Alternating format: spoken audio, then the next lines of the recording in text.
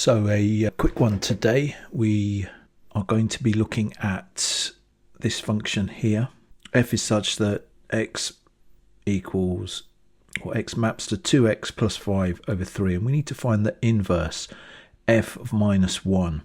So first thing, when we're finding the inverse, remember if we said this was y 2x plus 5 over 3, we want to find x as the subject.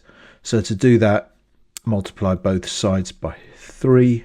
We then would take away 5 from both sides and then divide by 2. As I say, this is a quick one because this is the inverse. And remember, it asks you to write it in this form here.